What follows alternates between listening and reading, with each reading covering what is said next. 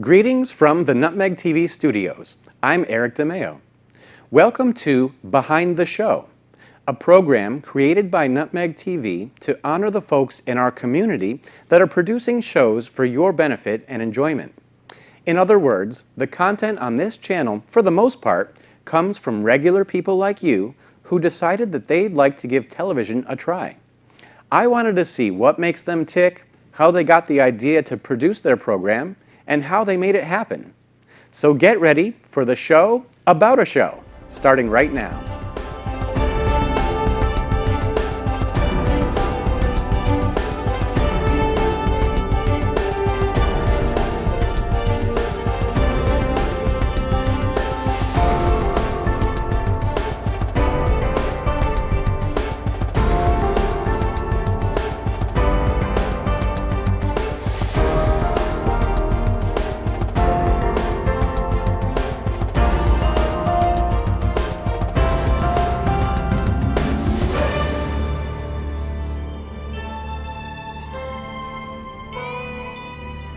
My guest today is Larry Dasilva. Larry is the host of Studio 411. Thank you so much for being on the show, Larry. Thank you. A pleasure. It looks vaguely familiar to me. Yeah, the tables are turned, right? I know. I usually sit behind the desk, so today I had to actually wear pants, but that's okay. That's a good one. So yeah, now the interviewer is the interviewee. I know. So, scary, scary. So let's start off with just where did you grow up? Grew up in Fairfield County, Connecticut. Lived in Bridgeport, Stratford. Only child, which explains a lot. Okay. Yeah. So tell me about your parents. What did they do?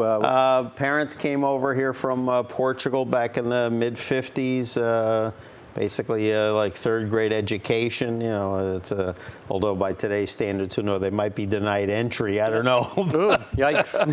But, they were both laborers. My mom, of course, took some time off when she had me and then decided it was best to go back to work and forego any other little Larry. So, but yeah, they were hardworking people and, again, made a nice living for themselves. Okay, yeah. You must take after them because it seems like you work hard, especially on this show, which we'll talk about a little bit later on. Yes, indeed. Yes, a labor of love. There you go. So I'm sure people at home have seen the show, but I've been so excited to have you on because I really relate to you in the regard that I feel like we're both kind of pop culture junkies, pop culture aficionados.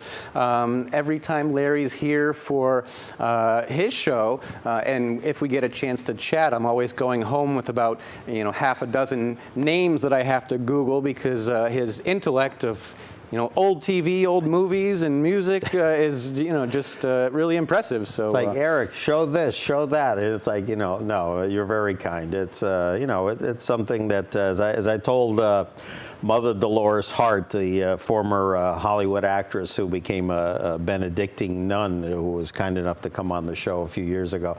I said, Mother, when she said to me a similar thing like you said on the show, I said, Mother, I'm great at cocktail parties. Right. I said, so I'm still waiting for the invitation, but she seemed very, very taken, so I took that as a compliment. Well, I'm sure you're probably good at trivia games too, so we'll maybe put that to the test a little bit later on the show. We'll see. So, as everyone knows, all the shows at Nutmeg TV are wonderful, but we have Larry here, and I think of Larry's show, Studio 411, as kind of like the cleanup hitter in the lineup, or the anchor of the relay team. High praise. Thank you very much. The guests that you get are top notch. It's an interview show, and you always have one guest for the hour, and for the full hour, as Larry King says. Yeah, we do occasionally. We do some theme, shows. Sure. We try. I wish we had the ability to do more. We actually will be doing one upcoming in the near future and stuff, and it's a good way to kind of have. What I try to do is have returning guests. I think we did one not long ago. It was called Hollywood or Bust, and it was kind of stories from some of the guests. We did have one person who hadn't been on the show. Actually, was kind of a last-minute replacement. A gentleman, author and entertainer in his own right. But it was interesting just kind of to get some stories, as best we know, that they were true, because these people had encounters with celebrities, be it like a Liberace or a Dan Daly. Again, if you ever get a chance to catch the show on a repeat, I think you'll find it was quite amazing and almost jaw-dropping, even from my point of view. And I knew some of the stories up front. Yeah. But normally, it is where it's a one-on-one, or maybe. If it's, we've had doctors Langworthy and Duckworth, who have done books about switching gears in careers, or travel books, and so occasionally we may have two, but normally it's a one-on-one thing. Yeah, the guests really are top-notch. So I want to congratulate you on that. Thank you. So tell the folks at home some of the ones that you are most proud of.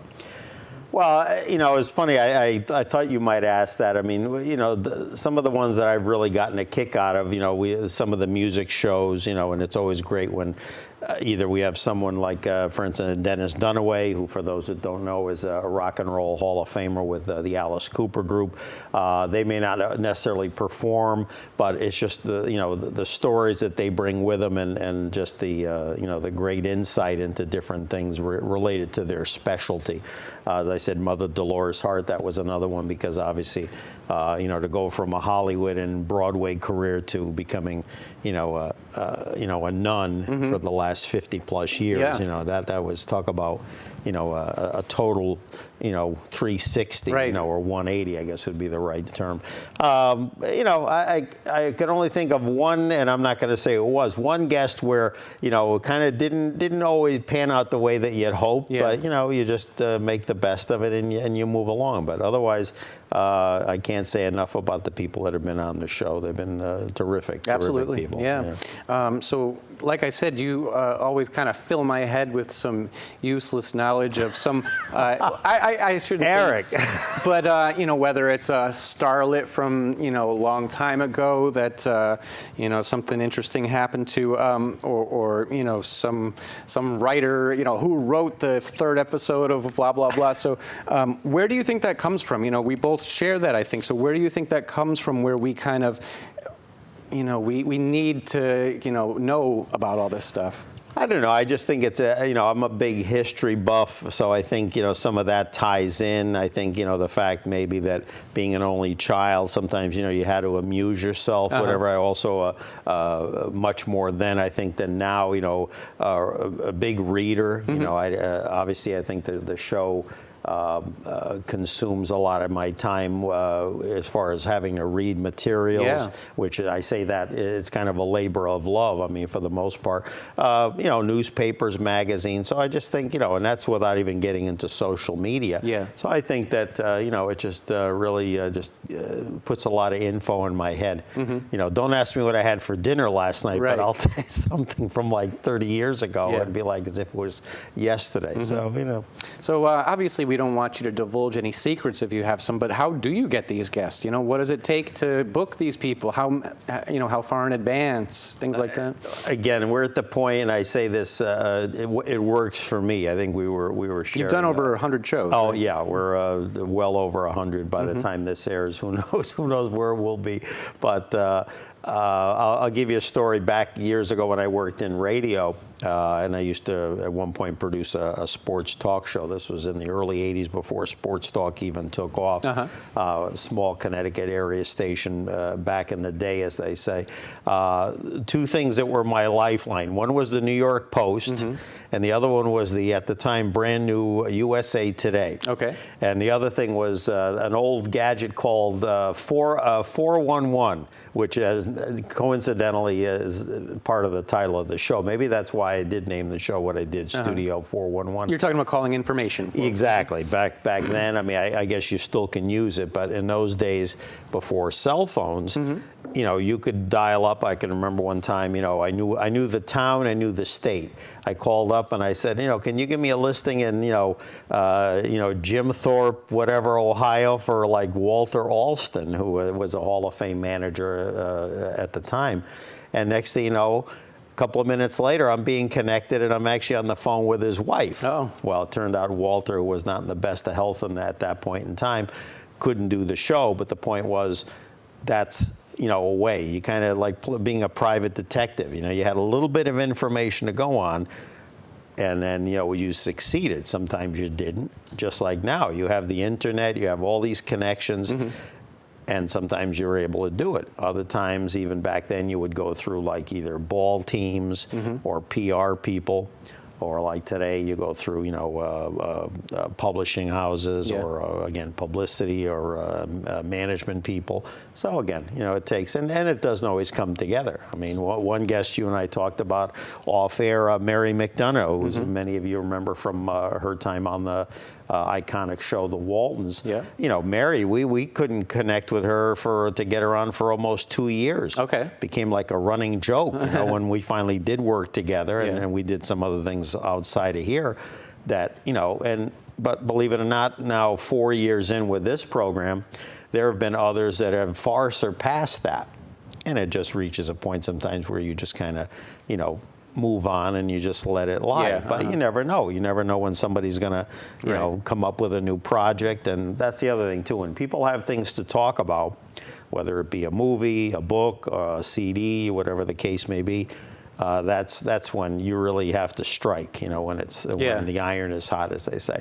We do about 30 shows a year, so again, it is limiting in that regard. So, but you know, again, you build up some good contacts. You make some friends along the way, and some people that you work with in other capacities as well, hopefully in the future. Yeah, well, I talk to a lot of people that, you know, they try to have a show here and they have a real difficulty finding guests. So that's, you know, a good reason why we have you here. We want to honor that work that you do, because not only are you putting all that time in to book the guests, but all the prep work for the actual shows. It's an hour-long show. It's not easy to fill that time, and it's clear that when you have an author on the show, you read the book cover to cover, you know. It's amazing how many guests that we've had on with regards, especially a book, that almost will say to me a couple of times even on air, but most of the time it's either during the process or afterwards, and they're like, you know, you actually read the book, and I'm thinking like, you know, hello. They're not used to that. Well, you know, they're used to like they're going on a news talk show, and basically they've traveled 3 hours and then they're on for 3 minutes. Here, you know, you got your 52, 54 minutes of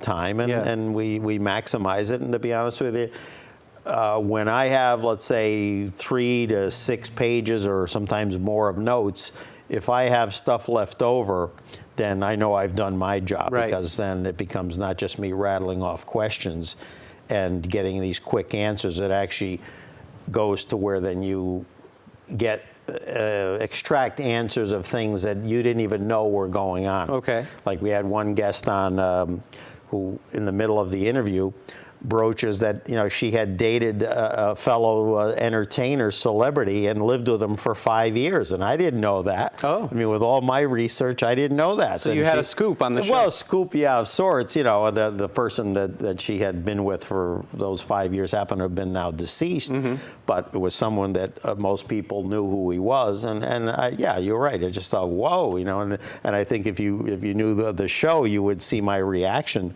was like, wow, that was really something. Oh, great. You know, and then I haven't had any Robert Mitchum moments. That was, you know, where they would ask a question, it would be yes, no, yes, because.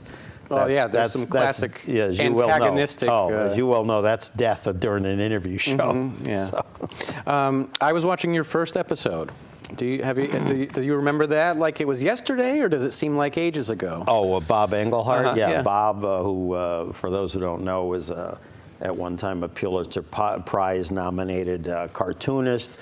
For many years worked at the Hartford Courant, and now still works for Kegel Cartoons, does a lot of independent work, and nice man. And he and I had some dealings with some charity work that I had been doing, so he had submitted some signed recreations of some of his work, only these were in color. Yep. And then, you know, contacted him when I was putting this idea to do this show, and then he came on, and yeah, I mean, it was good because he had written a book about his life, But, you know, I'd like to look at it with fondness, but yet at the same time say, you know, the show has come a long way. I was going back and looking at it because I wanted to see, you know, how you might have improved. And I was actually struck with how poised you were in the first episode. You know, I've seen so many people come through Nutmeg TV, and, you know, you're shaking like a leaf sometimes if you're in front of the camera. So you were poised, you had your prep work done. Yeah, I mean, having worked in broadcasting, you know, many years ago, and then taking a long hiatus, but I think, you know, some of it, you know, came through. And I'll give you a scoop, because I don't know if you're going to ask me this. Like, I was thinking on the way, well, what if you asked me, well, what did you ever want to be like in the business? When I was a kid, I wanted to be a cameraman. Okay. So, you know, you can see that it's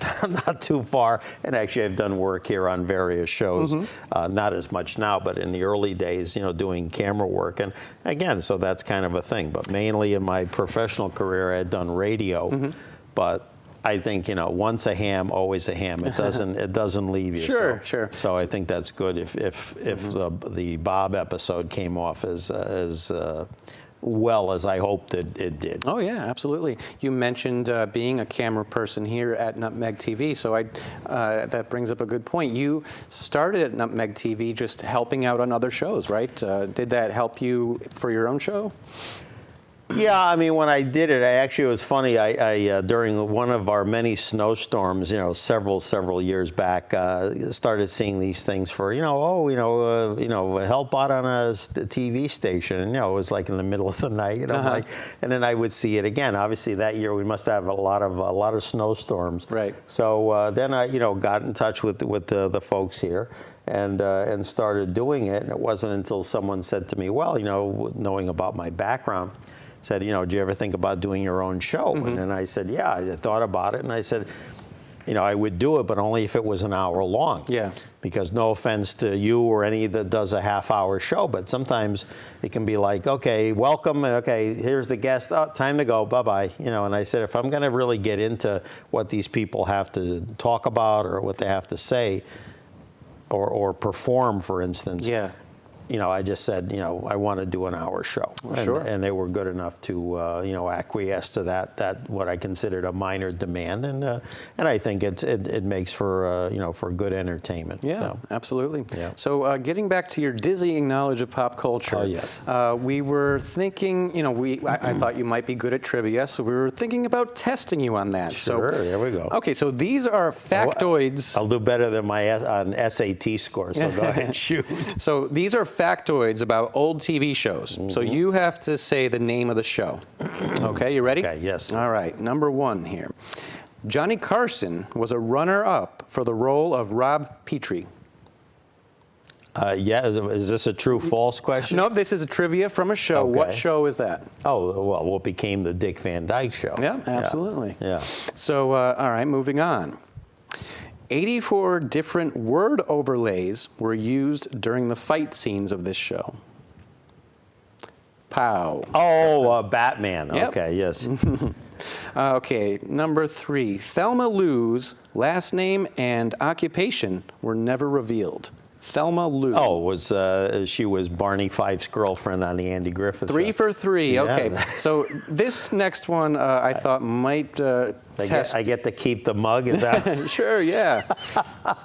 This next one I thought might be tough. I couldn't get it, but so here goes. Control and chaos were supposed to be acronyms, but Mel Brooks and Buck Henry never came up with anything for them to stand for. That was Get Smart. Oh, 4 for 4. Which I didn't watch per se, but it was like during that mid to late 60s kind of James Bond era, and it was a very funny show. Yeah. Nice job. Thank you. Okay, well, you don't ask me about, like I said, anything within after like 1994, like music-wise, after Nirvana. I'm like, where's my Sirius XM, you know? And then as far as TV shows, we were talking about this the other day. So many things are on Netflix and on what, you know, we would call pay cable. People say, what a marvelous show. It's the greatest thing since I Love Lucy. Well, 90% of the world doesn't see it because unless you have these channels. Yeah. So I think, you know, that's where you know, Breaking Bad and so many, I've never seen an episode. Okay. So you know, you kind of learn the trivia or whatever, but you don't really know the meat and potatoes of the show. I think that might happen with everyone because, you know, myself, anything new nowadays is like, oh, I can't even pay attention to it. It's, you get older, it's hard to process. So do you have, what's your earliest memory of watching TV?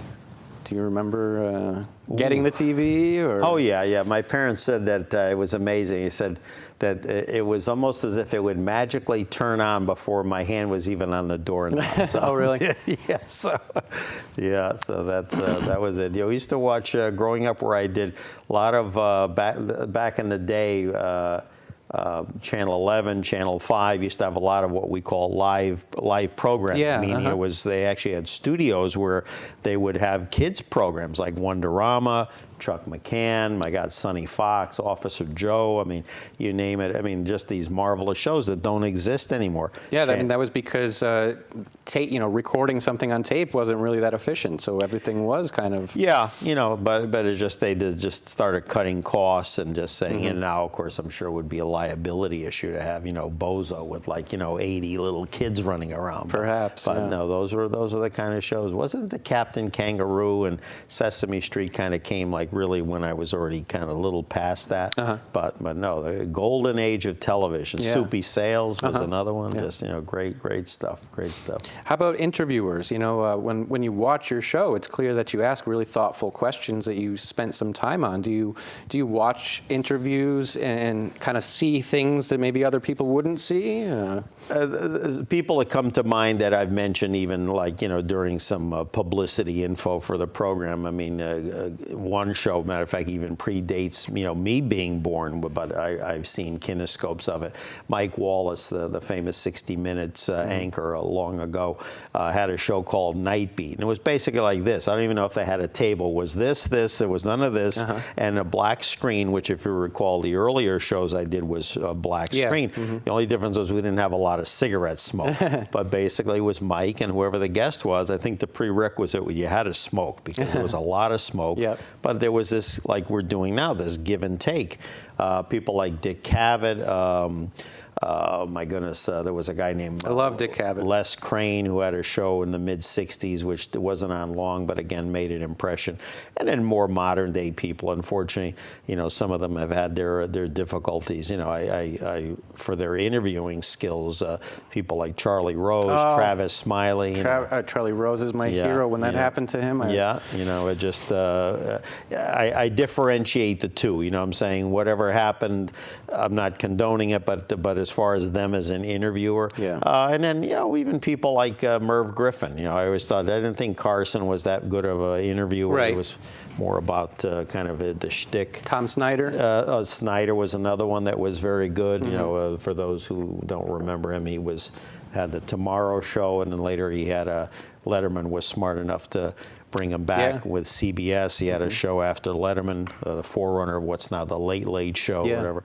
You know, it was good stuff, and a lot of local people too. You know, but just you know, really made impressions that stay with you. And those of you can see it on YouTube now, I guess. I'm on YouTube all day. Yeah. So, who do you think? You know, do you have any heroes? Like, who would be your dream guest? Anyone you really? I thought you were going to ask me that, and I said, I can't say Jerry Brooks because that's yours, because I only know from talking. Jerry Brooks, please come to Nutmeg TV. No, Eric wanted a show. It's funny, you know, back in the day when I used to have a MySpace page, I used to have a thing where I listed all these famous people, like, you know, some I got to see or whatever, not necessarily meet them face to face, like, you know, Walter Cronkite. You know, I don't know, entertainers, you know, people like Sid Caesar or, you know, maybe a Carson or whatever. I mean, but even people like, you know, from a historical standpoint, you know, like Robert Kennedy, you know, and Martin Luther King, you know, Jonas Salk. I mean, you know, people that really made more than just an impression. They did things that changed our lives, you know. Mother Teresa, you know, whatever. I got close with Mother Dolores. That's about as close to that I'm going to get. So ever since your first show, in the credits, you've had N.L. Bemis as the executive director, but this is somebody that we've never met. Can you say anything about this? She shows up once in a while. She's kind of like a silent executive producer. NL stands for No Larry, because whenever I ask something about a guest or whether I should do this, that's usually the answer that I get is No Larry. So it became NL Bemis. And yeah, she'll, I don't think you'll ever see her in front of the camera. She's been behind the camera a few times, but she keeps me grounded, so that's good. Great. That's good. Yeah. Now, you mentioned earlier about hearing about Nutmeg TV just through a commercial or something. Yeah, it was actually when you guys were soliciting for people to work on programs. Create your own program. Did you always know about community TV? No, that's what I'm saying. That's I probably had flipped because I've lived in the area for like the last 15 or so years. Mm-hmm. But again, it was just something that I think it's a wonderful outlet, especially today, because not only can you do a show like this, but then it can have legs, as we say in the business, because then whether it's through the video on demand or nutmegtv.org or even our own outlets, the production. We're going to YouTube now. Yeah, production company that we have that produces this show, and in conjunction with you folks, Stars and Legends CT Productions. You can see it on that channel. You can see it go to that website, whatever. Yeah, you're active on Facebook. So say it again. What is the Facebook page? Stars and Legends CT. It's a mouthful. CT is in Connecticut Productions, and then it'll bring you up there, and it's basically just all about the show and the different things, events we do. Sometimes we have book author talks, or we've done a few different events with some people that have actually even been on the show. We're looking to do some concerts, again, musical concerts. So it's it's all good, and it's all on that page. So great. You can't say you don't know where we are, right? Or who's going to be on this show, or my show rather. Yeah. See. Well, I want to thank you for being on my show, Behind the Show, the show about the show. So, we're done already. Yeah, it's a little shorter than your. I'm going to be like one of the guests. We had a guest so nervous that said, and I was like panic stricken. They were, and all of a sudden they go to me, we're over. And I said, yeah. I said it. And they said it was like sitting in a booth having a drink with a friend. I said, so thank you, Eric. Oh, we appreciate it. We want to honor you for bringing all the positivity, all the great guests, and all all the things that the viewers love. So thank you very much. Pleasure. Good to see you. Likewise. And again, stay tuned for more stuff. We look forward to having you guys on. So Studio 411, you can watch it on Wednesday nights at 9. Yeah. And it's on YouTube, nutmegtv.org. If anyone is interested in watching this show or any other show, you can get them there if you're so inclined. If you're interested in having your own show, you are welcome to give us a call at Nutmeg TV. But until then, hopefully we'll see you soon.